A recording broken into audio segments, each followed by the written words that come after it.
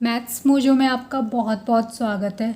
तो आज हम क्लास 10th के chapter 3 pair of linear equation in two variable का एक्सरसाइज 3.1 का फर्स्ट क्वेश्चन करेंगे। ठीक है, इस क्वेश्चन में आज हम क्या सीखेंगे। आज हम यहाँ पर इस क्वेश्चन से केवल इस जो हमें वर्ड प्रॉब्लम दे रखी है इससे हम पहले तो इक्वेशन बनाना सीखेंगे टू वेरिएबल्स में।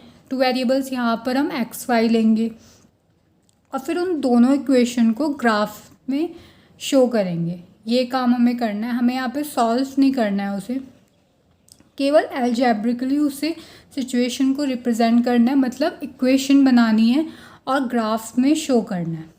तो पढ़ते हैं और करते हैं। ठीक है, तो क्वेश्चन में क्या दे रखा है।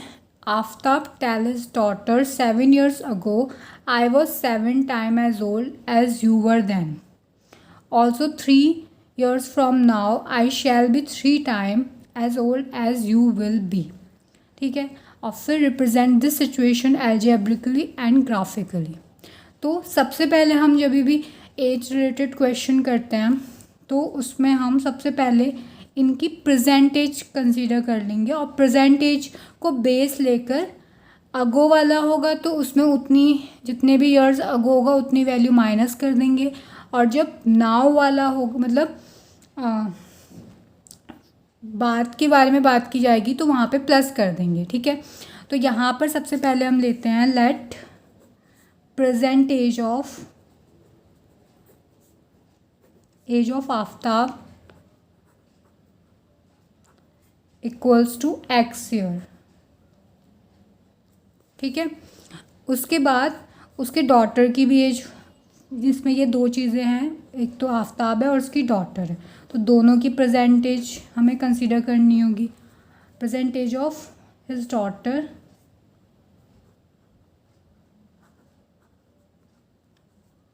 Equals to Y year. ठीक है, तो यहाँ पर हमने दोनों की प्रेजेंट एज कंसीडर कर ली है। फिर इसके बाद अब हम फर्स्ट कंडीशन पे चलते हैं। फर्स्ट कंडीशन क्या है, 7 years ago I was 7 years ago। 7 years ago वाली कंडीशन में आफ्ताब की एज कितनी होगी। Aftab as equals to x-7, मतलब जो उसकी प्रेजेंट एज थी 7 years ago, 7 साल पहले वाले में क्या करेंगे, जो उसकी आज एज है उसमें 7 माइनस हो जाएगा। ठीक है, फिर और his daughter's age equals to y-7। ठीक है, मतलब आज के टाइम में जो भी एज थी आज से 7 साल पहले दोनों की एज में 7 माइनस कर देंगे। जैसे आप खुद को रख सकते हो, आपकी जो भी एज होगी इस टाइम पे 7 साल पहले आपकी एज 7 साल कम ही तो होगी ना। तो वैसे यहाँ पे भी प्रेजेंटेज लिया है, प्रेजेंटेज में अब 7 years ago वाले में हम 7 माइनस कर देंगे उनकी जो भी एज होगी इस टाइम। ठीक है, अब हम क्वेश्चन बनाते हैं। I was 7 times as old as you were then. Aftab कह रहा है कि मैं तुम्हारी एज का 7 टाइम था। तो जो आफ्ताब की एज है वो किसके इक्वल होगी, डॉटर की एज के 7 टाइम के। जो डॉटर की एज है y-7, उसमें हम 7 से मल्टीप्लाई करेंगे तब जाके वो वैल्यू आफ्ताब की एज के इक्वल आएगी।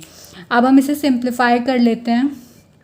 x-7 इसमें 7 के अंदर मल्टीप्लाई हो जाएगी 7 y-7 7 49। अब हम वेरिएबल्स को एक तरफ ले लेते हैं x-7y, और इस 7 को हम इधर करेंगे तो कितना होगा -49 + 7।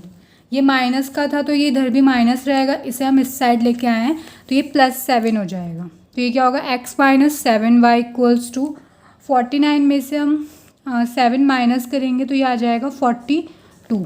तो ये हमारी फर्स्ट इक्वेशन बन गई है।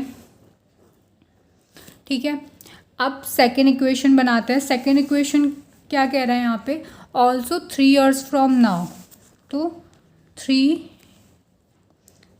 years फ्रॉम नाउ वाली कंडीशन में आफ्ताब की एज क्या होगी,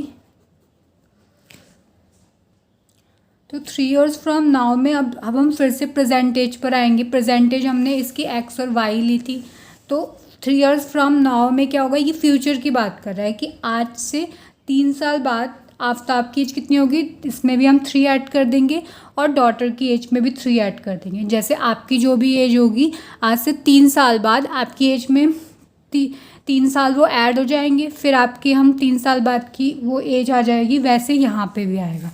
अब इसकी हम इक्वेशन बना लेते हैं। इसमें क्या कह रहा है, I shall be 3 time as old as you will be, मतलब आफ्ताब कह रहा है कि मैं तुम्हारी एज का 3 टाइम होगा। तो इसकी इक्वेशन क्या बनेगी, तो आफ्ताब की एज x+3 थी, इसको मैंने उसकी डॉटर की एज के 3 टाइम के इक्वल रख दिया है, तो ये बन गया। अब बस यहाँ पे 3 के अंदर मल्टीप्लाई कर दी, 3y + 3 3 = 9। फिर वेरिएबल्स वालों को एक तरफ ले लिया, कांस्टेंट वैल्यूज़ को एक तरफ ले लिया, 3y इधर चला जाएगा और ये जो 3 है इस साइड चला जाएगा, तो ये सेकंड इक्वेशन बन जाएगी। ठीक है, अब हमने इक्वेशन बना लिया है। अब हमें इनके कोऑर्डिनेट्स फाइंड करने हैं, तब हम इन्हें ग्राफ में शो करेंगे। तो हमने अपने क्वेश्चन का आधा काम कर लिया, जो हमें इस सिचुएशन को एल्जेब्रिक शो करना था। अब हम ग्राफ में शो करने के लिए इनके पॉइंट्स फाइंड कर लेते हैं। तो उसके लिए क्या करेंगे, हम एक टेबल बनाएंगे। तो ऐसे हम टेबल बनाएंगे, फर्स्ट इक्वेशन जो आई थी उसकी टेबल बना ली। ऐसे हम 3 बॉक्सेस बनाएंगे, एक में हम XY रखेंगे। अब हम क्या करेंगे, पहले यहाँ पे हमें इक्वेशन में जो भी x की वैल्यू रखनी है, हम यहाँ पे इन दोनों वेरिएबल्स में से एक वेरिएबल की वैल्यू खुद से रखेंगे और फिर वो वैल्यू हम इस इक्वेशन में पुट करेंगे तो दूसरे वाले वेरिएबल की वैल्यू आ जाएगी। तो हम पहले x की वैल्यू यहाँ पे 0 रखते हैं, तो ये जो 0 आया इसे हम इस इक्वेशन में पुट करेंगे। 0 x की जगह 0 -7y = -42। यहाँ से अगर हम सॉल्व करेंगे तो कितना आएगा, 0 में से 7y माइनस करेंगे तो 7y ही आएगा, माइनस से माइनस कैंसिल, y = 42/7, 7 6 42। तो y की वैल्यू कितनी आ गई, 6। तो यहाँ पर हम y की जगह पे 6 रख देंगे, तो ये हमारा फर्स्ट कोऑर्डिनेट आ जाएगा। सेकंड कोऑर्डिनेट के लिए अब हम क्या करेंगे, y को 0 रखेंगे। इससे हमें आसानी से वैल्यूज़ मिल सकती हैं, एक बार x को आप 0 रख दो, एक बार y को 0 रख दो, तो इससे हमें 2 कोऑर्डिनेट्स मिल जाएंगे। और एक ये स्ट्रेट लाइन की इक्वेशन बनी है यहाँ पे। तो एक स्ट्रेट लाइन को ग्राफ में शो करने के लिए हमें 2 कोऑर्डिनेट्स की ज़रूरत पड़ती है, तो वो 2 हमें यहाँ से मिल जाएंगे। तो यहाँ पर हम y को 0 रखेंगे। जब आप यहाँ पे y को 0 रखोगे तो क्या आएगा, x - 7 × 0 = -42। 7 की 0 से मल्टीप्लाई करेंगे तो 0 हो जाएगा, x = कितना आएगा, -42। तो x की वैल्यू आ जाएगी यहाँ पे -42। तो -42, तो ये हमारे कोऑर्डिनेट्स बन गए। ऐसे ही हम यहाँ पे इस वाले में भी, सेकंड वाले में भी ऐसे ही करेंगे, एक बार x को 0 रख देंगे और एक बार y को 0 रख देंगे। तो जो सेकंड इक्वेशन बनी है उसकी जैसे फर्स्ट में निकाला था यहाँ पे, वैसे सेम सेकंड में भी करा। एक बार x को 0 रख दिया, y की वैल्यू -2 आ गई इस इक्वेशन की हेल्प से, देन y की वैल्यू 0 रखी तो x की वैल्यू 6 आ गई। अब यहाँ पे अब हमें नेक्स्ट क्या करना है, इसे ग्राफिकली रिप्रेजेंट करना है। तो ग्राफ हम ऐसे बना सकते हैं। तो जैसे हमारी वैल्यूज़ आई हैं उसके अकॉर्डिंग हम ये ग्राफ बना देंगे। यहाँ पे ये y एक्सिस होगा, ये x एक्सिस, यहाँ पे हम पॉजिटिव x लिख देंगे, यहाँ पे नेगेटिव x, ये पॉजिटिव y एक्सिस होगा एंड ये नेगेटिव y एक्सिस होगा। ठीक है, अब जो हमारे ये कोऑर्डिनेट्स आए हैं उनको हम यहाँ पे शो कर देते हैं। ये एक कोऑर्डिनेट हो जाएगा, इसे हम ऐसे लिख सकते हैं 0,6, इसे लिख सकते हैं -42,0। पहले x की वैल्यू लिखते हैं देन y की वैल्यू। तो ये इस इक्वेशन के कोऑर्डिनेट्स हो गए। इस वाली इक्वेशन के कोऑर्डिनेट्स क्या लिखेंगे हम, 0, -2 एंड 6,0। तो इन सबको हमें उस ग्राफ में शो करना है। तो जो फर्स्ट इक्वेशन था, फर्स्ट इक्वेशन के कोऑर्डिनेट्स क्या आए थे, 0,6 एंड -42,0। ठीक है, तो 0,6 कहाँ पे आएगा, 0,6 का मतलब है x 0 और y 6। तो ये कोऑर्डिनेट y एक्सिस पे ही आएगा, इस वाले पॉइंट पे ये होगा हमारे पास 0,6। ठीक है, नेक्स्ट क्या है, x पे -42 और y पे 0। तो y एक्सिस एक्स एक्सिस पे -42 और वाई पे 0, तो ये पॉइंट जो आएगा ये एक्स एक्सिस पे आएगा। एक्स एक्सिस पे वाई 0 होता है और वाई एक्सिस पे एक्स 0 होता है, तो ये पॉइंट यहाँ पर आएगा -42, 0।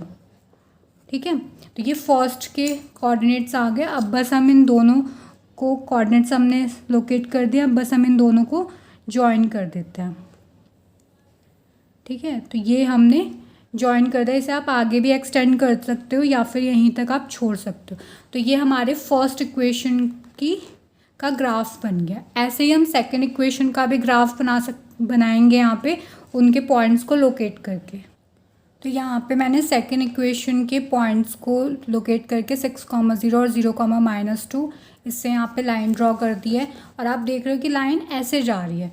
तो ये आप आगे अगर एक्सटेंड करोगे तो ये कहीं ना कहीं जाके एक दूसरे को इंटरसेक्ट करेंगे, और जब भी दो लाइन एक दूसरे को इंटरसेक्ट करते हैं तो उस कंडीशन में हमें यूनिक सॉल्यूशन मिलता है। तो इस टाइप का अगर आप ग्राफ बना रहे हो और वो आगे मतलब एक दूसरे की तरफ मुड़ रहे हैं और आगे जाके आपको कहीं पे पॉसिबिलिटी लगती है कि ये इंटरसेक्ट करेंगे, यहाँ पे थोड़ी जगह कम है तो मैंने आगे ड्रॉ नहीं किया है, बट अगर आप आगे ड्रॉ करोगे तो ये पैरेलल नहीं जा रहे हैं, ये आगे जाके आपको इस टाइप से कहीं जाके इंटरसेक्ट करेंगे। तो इस कंडीशन में हमें यूनिक सॉल्यूशन मिलेगा अगर हम इसे सॉल्व करते हैं तो। बट अभी हमें वो नहीं करना है, अभी हमें इस क्वेश्चन में केवल एल्जेब्रिकली रिप्रेजेंट करना था जो हमने इक्वेशन बना दी। दूसरा हमें ग्राफिकली रिप्रेजेंट करना था, तो हमने पॉइंट्स फाइंड करे और उसको ग्राफ में शो कर दिया। आई होप आपको क्वेश्चन समझ में आया होगा। अब मिलते हैं फिर नेक्स्ट वीडियो में एक और क्वेश्चन के साथ। Thank you for watching.